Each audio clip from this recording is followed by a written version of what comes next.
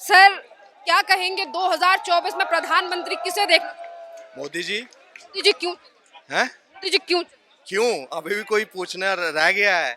हमारे आसपास कई रीजन हैं। Road, building, infrastructure development, railway, airports. ये जिस तरह गति से ये बने हैं ना पिछले 9 सालों में, मतलब इन्होंने विदेशी कई ऐसे जो डेवलप देश थे ना उनको पछाड़ दिया। मगर कई लोगों को वो विकास दिखता नहीं है, वो कहते हैं कुछ नहीं हुआ। मगर आज हमारे सामने एयरपोर्ट्स डबल हो गए, डबल से ज्यादा। एम्स 3 गुना हो गए, 25 एम्स की तरफ हम जा रहे हैं और धीरे धीरे वो काम चल रहा है दिन ब दिन। रोड के मामले में एक किसी भी देश में आर्थिक अगर सुधार करने हैं तो वहां रोड बनाओ। और आज रोड के ऊपर इस तरह इस गति से कार्य कि हम रिकॉर्ड बना रहे हैं विश्व में, पर डे 37 से 41 किलोमीटर का रोड बन रहा है। विश्व भी देखकर अचंभित हो गया है। 5G टेक्नोलॉजी, 6G टेक्नोलॉजी में हम लीड करने वाले हैं पूरे वर्ल्ड को। मगर यही चीज अगर किसी और से पूछेंगे ना, विपक्ष के नेता से, वो आ जाकर कास्ट सेंसस की बांटो, मोदी को हटाना है, बस यही विजन है। और इसी आधार पर मैं कहता हूं मोदी जी को वापस लाना है और पूर्ण बहुमत इस बार 303 है, 350 से ऊपर मोदी जी के लिए हमने लड़ना मोदी है। जी वापस कैसे आ जाएंगे? 75 के हो गए, उनका तो रिटायरमेंट का मामला आ गया। ये बताइए सर, आप जो हैं वो भी 53 साल के हैं सर। ये बताइए सर, आप जो हैं वो कश्मीर से आते हैं। जम्मू कश्मीर का मुद्दा जब भी उठता है कश्मीरी पंडितों की बात आती है। आज हमास और इजराइल की लड़ाई जारी है, जिस पर सोनिया गांधी ने कहा है कि जंग से जो है वो मसला नहीं सुधरेगा, और जो भारत का स्टैंड यूएन में रहा है उसको अपोज किया गया है सोनिया गांधी की तरफ से। क्या कहेंगे? देखिए यूएन पे क्या स्टैंड रहा है, सोनिया गांधी को ही नहीं पता। आज भी वही स्टैंड है फिलिस्तीन के लिए। फिलिस्तीन के लिए वही स्टैंड जो है। देखिए वहाँ क्या चल रहा है, वहाँ हमास के ऊपर जो इस तरह से टेररिस्ट अटैक, टेररिज्म को कौन नहीं चाहता कि टेररिज्म खत्म हो। हम खुद विक्टिम हैं। मैं उसी राज्य से आता हूँ और हमने देखा है जब तक आप इनके साथ सहानुभूति, वही दो वो की बातचीत हो, बातचीत से अगर मुद्दा सुलझना होता तो आपके घर का मुद्दा सुलझ गया होता सोनिया गांधी जी। यहाँ कश्मीर में पंडित बस चुके होते इससे पहले ही। हर बार बातचीत बातचीत बातचीत, वो बम फोड़कर चले जाते, फिर बातचीत, फिर हमने बस भी चलाई, उसके बाद भी हमें कारगिल जैसा युद्ध मिला। कब तक बातचीत? एक समय आ गया है, ये समझना होगा कि जो लातों के भूत है ना वो बातों से नहीं सा। और ये सिर्फ यहाँ हिंदुस्तान में ही लागू नहीं होता, आज पूरे विश्व में। और पूरा विश्व जो है ना एक विचारधारा से जूझ रहा है। आज यहाँ पे मैं आपसे पूछता हूँ, कई लोगों ने फिलिस्तीन की बैनर तख्तियां लेकर यहाँ जंतर मंतर पूरे देश में आपने देखा ना। मगर मैं कहता हूँ उसी हमारे देश के ही 8 नेवल सैनिक जो हैं कतर ने वहां पे उनको सजाए मौत दी। एक तख्ती आपको दिखी? एक तख्ती कांग्रेस कांग्रेस पार्टी का डायरेक्ट बयान आ गया वहां पे कि हम फिलिस्तीन को सपोर्ट करते हैं। मगर कतर के लिए उसके विरोध में एक बयान बताओ, नहीं आएगा। ये दोहरी इनकी मानसिकता है, दोहरा प्रोपोगंडा इन्होंने चलाना ही चलाना है। ये कभी भी सॉल्यूशन की बात नहीं करते, ये चाहते हैं कि जख्म जो है उसको खुरदते रहो, उसको नासूर जब तक ना बन जाए। जैसे कश्मीर मुद्दा इन्होंने बनाया वैसे ही ये आतंकवाद को बनाना टिका रहना है। उसी के आधार पर इनकी वोट बैंक की राजनीति चलती है, जो हम नहीं चाहते। पूरा अब मुझे लगता है 140 करोड़ का देश है ना, 140 करोड़ का देश आज चंद गिने चुने होंगे लोग जो आतंकवाद का समर्थन करते होंगे। बाकी हर एक आदमी चाहता है कि मैं, जैसे हम वो तो फेस्टिवल मना रहे थे ना, इजराइल वाले फेस्टिवल मना रहे थे, उनके घरों में घुसकर उनके ऊपर पहले मिसाइलें दागी, फिर अंदर जाकर उनके बच्चों को। आज एक मोसाद की एक रिपोर्ट पढ़ रहा था, एक घर में घुसे हैं, बच्चा उसका पहले तो बाप को वाइफ के साथ रेप किया लगातार और बच्चे को ओवन में डाल दिया, और ये फिर अपने बच्चे दिखाते हैं। भाई किसी के बच्चों के साथ अगर इस तरह से करोगे आप तो आपके साथ कर्म क्या है? हमारे गीता में तो ये लिखा है जैसा करोगे वैसा फल भोगोगे। अगर उनको मिल रहा है फिर वो विक्टिम कार्ड लेकर आ जाते हैं। फिर पूरे यहाँ हमारे हमास का आतंकवादी वीडियो कॉन्फ्रेंस कर रहा है केरल में और उसके अगले दिन ही बम फूटता है। तो हमें चिंता करनी पड़ेगी। अब वो जो है इनको दिखाना पड़ेगा, अदरवाइज सोल्यूशन नहीं है। सोनिया गांधी ने अपने पत्र में कहा है कि गाजा को ओपन जेल बना दिया गया है, इस पर एक्शन लेना काफी ज्यादा जरूरी है। विश्व में जो है वो शांति जो है वो युद्ध से नहीं बनेगी। सोनिया गांधी जी के आंसू निकलते हैं जब बाटला का एनकाउंटर होता है ना, तो उनके आंसू बहते हैं उन्हीं के लिए, तो वो तो बोलेंगे ही। मैं उनसे पूछता हूँ, सोनिया गांधी जी, हॉस्पिटल के नीचे सुरंग कौन बनाता है? अगर वहां 40% जो पॉपुलेशन है वो बच्चे हैं, तो बच्चों के लिए उन्होंने पाथ दिया कि आपको पूरा अल्टीमेटम देकर, तो फिर उसमें रुकावट किसने डाली? ये as a human shield use करते हैं बच्चों को, तो बीवियों को आगे क्यों कर रहे हो? वो तो भुगतेंगे ना। कोई बम या कोई गोला जब गिरता है, यहां पड़ता था, वो देखता था कि आगे बच्चा है, महिला है, बुजुर्ग है, नहीं देखता था, वो फटने का काम करता था और तबाही करता था। वही चीज वहां हो रही है, और ये कह रहे हैं विक्टिम कार्ड, और हमारे देश में कई ऐसे नेता उनका समर्थन कर रहे हैं। कब तक कब तक हमने ये खून की लड़ाई हम झेलते रहेंगे अपने यहाँ पे? और ये सिर्फ यही देखो, हम विक्टिम हैं, हमारे बोलने का क्यों अधिकार हमें सबसे ज्यादा क्यों है? क्योंकि हम उस चीज से जूझे हैं। 26/11 पठानकोट हमले, कई ऐसे, करोल बाग यहाँ दिल्ली में आपने जूझा है ना। एक एक देश अपना त्योहार मना रहा है, ठीक है, और उसमें घर में घुसकर जिस तरह से वो, कोई भी देश हो, वहां परमाणु बम चलने वाली स्थिति थी, और हमें ये बंदिशें लगाते थे उस वक्त। हम अगर कोई ऐसी सोचते थे कि हम युद्ध करेंगे पाकिस्तान के साथ, तो हमें सैंक्शन लग जाते थे। आज जब वो खुद जूझ रहे हैं ना, आज फ्रांस स्वीडन में क्या हो रहा है, वहां तो नहीं है ना, वहां कोई आरएसएस नहीं है, कोई बीजेपी नहीं है जो हिंदू मुस्लिम कर रही है, वहां कौन जूझ रहा है? आज वो उनके घर में आग लग चुकी है। आज एक सिंगल वॉइस में हमें पूरे विश्व को एक होना पड़ेगा आतंकवाद के विरुद्ध। और इसमें मैं कहूंगा, कांग्रेसियों जो विपक्ष है, आप भी अपनी आंखें खोलो और तुष्टीकरण का चश्मा हटाओ और आतंकवाद के विरुद्ध एक हो जाओ। आतंकवाद किसी का सगा नहीं। 2024 में देश में लोकसभा के चुनाव हैं, अगर उन चुनावों को देखते हुए हमास पर चुप्पी और फिलिस्तीन का समर्थन किया जा रहा है, तो क्या जो हमारे देश का दूसरा वर्ग है वो इन तमाम चीजों को अहमियत देगा, इन मुद्दों पे सोचेगा कि आतंकवाद का समर्थन करने वाली पार्टी कभी ये कहती है कि हम भारत का भी नेतृत्व करेंगे? मैडम, ये गिने चुने हैं, ये मौलाना मौलवी जो आपको चैनलों पे चिल्लाते दिखते हैं ना, उनका समर्थन ये गिनो। जो भी पढ़ा लिखा मुसलमान है, प्रोग्रेसिव मुसलमान है, वो आज मोदी जी के साथ है, सरकार के, मोदी जी के साथ है, सरकार के साथ है, उसकी नीतियों के साथ है। आज जितना विकास ये मिनॉरिटी के टाइम पर, आज 5 करोड़ स्कॉलरशिप सिर्फ एक्सक्लूसिव इन 9 सालों में, किसके लिए? मुस्लिम मिनॉरिटी की बात नहीं करूंगा, मुस्लिम्स को मिली है। और उनके लिए योजनाएं, 35 तरह की योजनाएं हैं, उनको शादी होती है, पास करती है, ग्रेजुएशन करती है, तो लैपटॉप, फिर पैसे, हर तरीके से। आज उनको पता लग रहा है कि कांग्रेस पार्टी तो हमें सिर्फ पंचर लगाने तक सीमित रखना चाहती थी। आज वो जब विकास करके कोई डॉक्टर बन रहा है, कोई इंजीनियर बन रहा है, किसी के आगे मतलब उनको फैसिलिटी देने ही नहीं है। सीए का विरोध के टाइम पर कई ऐसे मुस्लिम परिवार मेरे पास आए कि भाई हमारे पास तो कागज नहीं है। मैं, कहाँ है आपके नेता?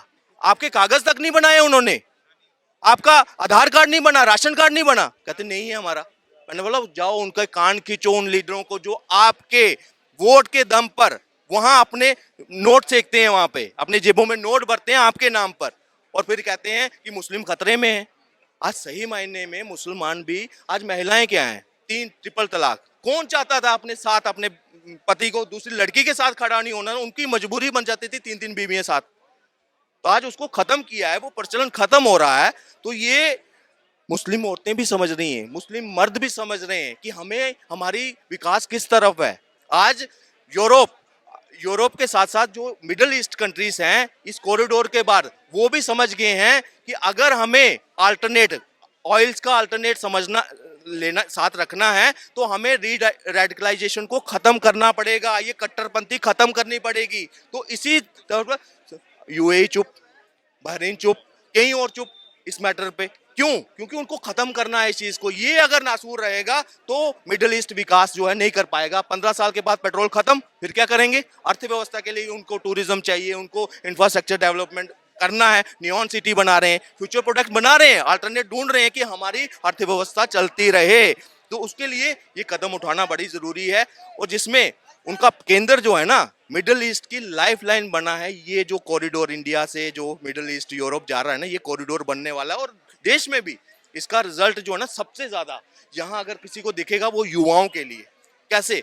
आज एक ट्रेंड शुरू हुआ है, इससे पहले था नौकरी करनी है, गवर्नमेंट में नौकरी करनी है। आज गवर्नमेंट वाले बोलते हैं यार इससे अच्छा प्राइवेट अच्छे, इतना काम, मतलब प्रॉपर टाइमिंग से आना, प्रॉपर टाइमिंग से जाना। इस तरह से एक वर्क कल्चर चेंज कर दिया, जो इससे पहले था ना कि जाएंगे बैठ जाएंगे, 10 बजे चाय आएगी, 11 बजे, फिर 5 बजे निकल जाएंगे, काम शाम फाइल शायद आगे पीछे की, धूल हटाई और चले गए घर पे, वो वर्क कल्चर खत्म हो गया। आज उसको देखते हुए आज लोग जो हैं किस पे, स्मॉल लघु उद्योग पे आ रहे हैं, स्मॉल यूनिट्स, मुद्रा योजना के तहत, स्टार्टअप इंडिया के तहत।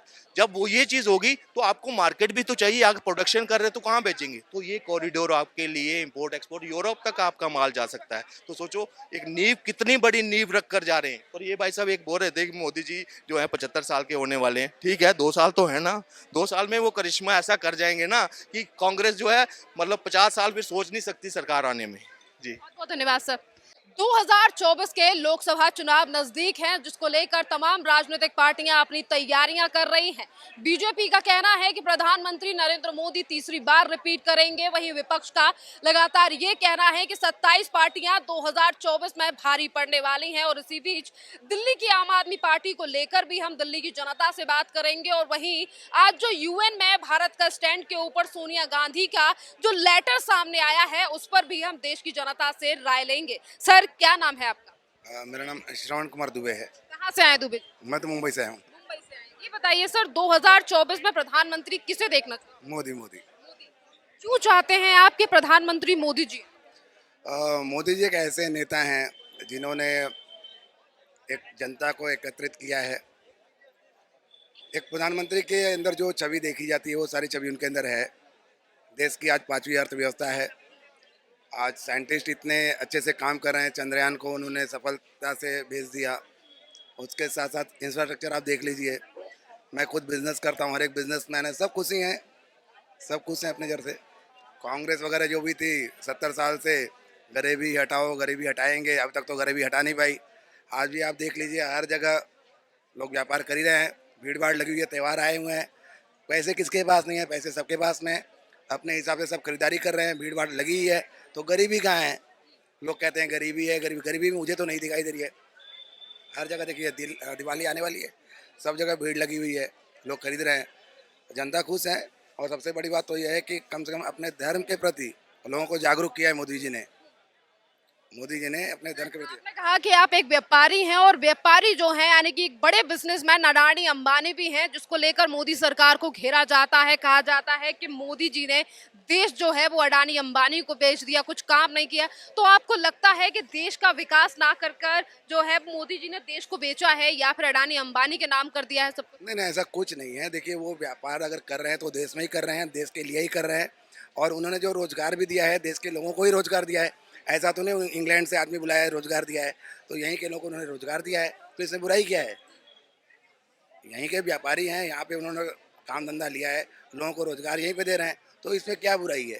कहते हैं कि राहुल गांधी विदेश से पढ़कर आए हैं, वो सही से देश संभाल पाएंगे, मोदी जी ने देश नहीं संभाला है। तो खैर, मोदी जी जो काम करें, मोदी जी अपना काम करें, और 2024 में वही आएंगे। बिल्कुल बिल्कुल। एक तरफ 27 पार्टियों का गठबंधन है जो लगातार ये कह रहा है कि इस बार मोदी जी को टक्कर दी जाए। नहीं नहीं, वो कोई नहीं, वो कुछ नहीं। देखिए, वही लालू वही हैं जो नीतीश को कहते थे कि इनके पेट में दांत है, दांत।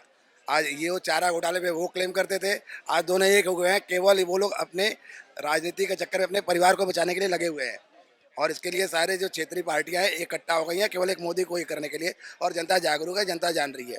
27 पार्टियां भारी पड़ेंगी मोदी जी? हाँ, बिल्कुल नहीं, बिल्कुल नहीं, बिल्कुल नहीं। One sided, one sided, one sided, one sided. बहुत बहुत धन्यवाद सर। और लोगों से बात करते हैं। देखिए, ये जहाँ पे जो तमाम लोग जो है वो डिबेट करते हुए नजर आ रहे हैं। क्या नाम है भाई? मैम मेरा सोमवीर सिंह, कहाँ से हैं सिंह? यूपी मुरादाबाद। ये बताइए, 2024 में प्रधानमंत्री किसे देख? मैम एक ही चेहरा है, नरेंद्र मोदी जी। मोदी जी क्यों चाहिए?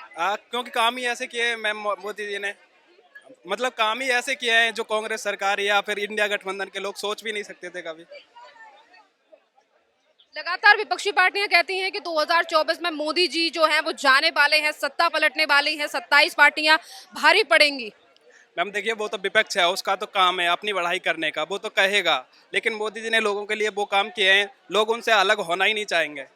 हाँ, कोई काम जिसका एग्जाम्पल आप देना चाहेंगे? मैम काम में एक क्या, मैं अनगिनत काम गिना सकता हूँ। जैसे अगर सबसे मेन काम की बात करें तो मीडिएटर खत्म कर दिया जो करप्शन करते थे, और बांग्लादेश पाकिस्तान विवाद जो 41 साल से पेंडिंग था उसको खत्म किया, जो कांग्रेस सरकार कभी सोच भी नहीं, 41 साल से पेंडिंग चल रहा था। और अगर गरीबों के लिए बात करूँ तो मैं देसी भाषा में कहना चाहूँगा, गरीबों के लिए मतलब खाने से लेकर खाने तक की चीज़ें दे रहे हैं। खाने के खाने के लिए राशन दे रहे हैं, रहने के लिए मकान दे रहे हैं, बनाने के लिए गैस दे रहे हैं, किसानों के लिए पीएम किसान सम्मान निधि दे रहे हैं, और क्या चाहिए मैम। राहुल गांधी कहते हैं देश के युवा हमारे साथ। मैम राहुल गांधी तो ये भी कहते हैं, जैसे उनके पूर्वज कभी कभी मतलब उनके पूर्वज कभी कहते थे कि हम जातिवाद में बिलीव नहीं करते, हम जातिवाद को खत्म करना चाहते हैं। वो आज कहते हैं आज जाति जनगणना करा के देश को बांटना चाहते हैं। वो यह भी तो कहते हैं। पर वो तो बिहार और नीतीश कुमार तो कह रहे हैं जाति जनगणना बिहार सरकार की सबसे बड़ी उपलब्धि है, और इसी तर्क पे जो है वो कांग्रेस काम कर रही है। कांग्रेस भी कह रही है चलो हम राजस्थान में भी जाति जनगणना कराएंगे। मैम तो एक ही धर्म को लेकर एक ही धर्म को क्यों बांट रहे हैं? और भी धर्मों में तो और बहुत सारी जातियां, हिंदुओं को ही केवल हिंदुओं को अलग कर दो, जातियों में बांट दो, औरों को भी तो कराओ ना। उसे एक तरफ रख दिया और बाकी हिंदुओं को जातियों में बांट दिया, ऐसा करना कहाँ का सही है? क्या लग रहा है जातीय जनगणना को जो है वो आज की जनता बखूबी समझ रही है? तमाम ये पैंतरे जो हैं वो 2024 में काम आएंगे? नहीं मैम, मुझे नहीं लगता मतलब कि इंडिया गठबंधन के कुछ काम में आएंगे। जाति जनगणना मतलब जातियों में 22 पार्टियां एक तरफ है और मोदी जी एक तरफ है। मैम हाँ, कितनी भी हो जाए मैम, कुछ भी नहीं कर पाएंगे, क्योंकि शेर जंगल में अकेला ही होता है। गीदड़ तो बहुत सारे होते हैं, तो वो कुछ भी नहीं कर पाते शेर का। शेर तो शेर ही होता है। बहुत बहुत धन्यवाद सर। यूथ से बात करते हैं, क्या नाम है आपका? मेरा नाम अमन ठाकुर है, अमन राजपूत। रमन, 2024 में प्रधानमंत्री किसे देखना चाहते हैं? मैम मोदी जी आएंगे। मोदी जी क्यों चाहिए आपको? ऑब्वियसली मोदी जी चाहिए, उन्होंने काम ही ऐसे किया है कि मोदी जी को। आप ये बताइए, युवा हैं और लगातार युवाओं के को लेकर जो है वो हर पार्टी ये दावा करती है कि आज का जो युवा है, जो कल का भविष्य है, वो हमारे साथ है। तो आप ये बताइए, आप मोदी जी के साथ क्यों जाना चाहते हैं और आपको क्यों लगता है कि वही प्रधानमंत्री जो है वो रिपीट होने चाहिए? एक्चुअली मैं यूपी से बिलोंग करता हूँ, और वहाँ पे प्रेजेंट सरकार से, गवर्नमेंट से पहले वहाँ पे सपा की सरकार थी। तो वहाँ पे उस टाइम पे इतना डर का माहौल पैदा था कि व्यापारी इतना डरा हुआ था कि मतलब जो मार्केट शाम को 6 बजते ही पूरी क्लोज हो जाती थी, और गुंडाई राज कोई भी आता था व्यापारी को गोली मारकर हत्या करके चला जाता था। जब से वहाँ पे योगी जी की सरकार है, आज वही मार्केट रात के 11 बजे तक ओपन होती है, और व्यापारी निडर होकर अपना काम करते हैं सब कुछ। योगी जी ने खुद, आपने देखा होगा, जब इलेक्शन आते हैं तो डोर टू डोर कैंपेनिंग करते हैं नेता, बट उस टाइम पे ऐसा नहीं था। उस टाइम पे क्या था, जब व्यापारियों की हत्या हुई तो अखिलेश सरकार वहाँ पे वर्जेंट में थी, तो वहाँ पे कोई उनकी सराहना करते थे वो लोग। अभी क्या होता, जब योगी जी की सरकार आई, जो लोग वहाँ से चले गए थे अपने परिवार कारोबार सब कुछ छोड़ के, तो योगी जी उनके पास खुद गए, उनकी फैमिली से मिले, उनके परिजन से मिले, डोर टू डोर उन लोगों को विश्वास दिलाया, वापस बुलाया, उनका कारोबार फिर से स्टार्ट कराया। तो ये सब कौन करता है बताइए आप? अखिलेश यादव कहते हैं कि उत्तर प्रदेश में व्यवस्थाएं ठीक नहीं है, 2024 में गठबंधन मोदी जी के लिए टक्कर देगा। वहीं अखिलेश यादव और कांग्रेस में अनबन चल रही है। नहीं नहीं, ऐसा कुछ नहीं है। अनबन तो देखो, जंगल में शेर एक ही होता है, और वो शेर मोदी जी है। तो एक तरफ गठबंधन है, एक तरफ मोदी जी। वो गठबंधन कुछ भी नहीं कर पाएगा मोदी जी का। मैंने कहा ना, जंगल में शेर एक ही होता है, और वो एक ही शेर सब पे भारी रहेगा। बात लग रहा है कि मोदी जी भारी पड़। बिल्कुल बिल्कुल, ऑब्वियसली मोदी जी ही आएंगे। क्या नाम है सर आपका? आदेश कुमार, कहाँ से हैं? दिल्ली से ही है। दिल्ली से। सर बताइए, 2024 में प्रधानमंत्री कौन बनना चाहिए? प्रधानमंत्री मोदी जी आएंगे वापसी। मोदी जी क्यों बनने चाहिए? नहीं, मोदी जी के अंदर क्वालिटी है, जितनी क्वालिटी मोदी जी के अंदर है। मोदी जी आज के टाइम में विश्व गुरु हैं, तो जितना सम्मान मोदी जी को मिला है, शायद मेरे ख्याल से वर्ल्ड विश्व किसी नेता को उतना सम्मान आज तक नहीं मिला होगा। बाहर के राष्ट्रपति वगैरह जो होते हैं, उनके पैर छूते हैं, और बाइडन साहब तो उनके ऑटोग्राफ मांगते हैं, और ऑस्ट्रेलिया के प्रधानमंत्री थे शायद, वो तो उसको बॉस कह के बुलाते हैं। तो जितना सम्मान इस इंसान को मिला है, जो कि बहुत छोटे लेवल से आया है मोदी जी, मोदी को बहुत बड़े लेवल से नहीं आए हैं, और बहुत छोटे लेवल से आए हैं मोदी जी। और इन्होंने गरीबी देखी है, ओबीसी से आते हैं, और आज भी इनके, जबकि इनके माता जी का देहांत हुआ था, उसके 4 घंटे बाद ये वापस अपनी सीट पर काम करने के लिए आ गए थे।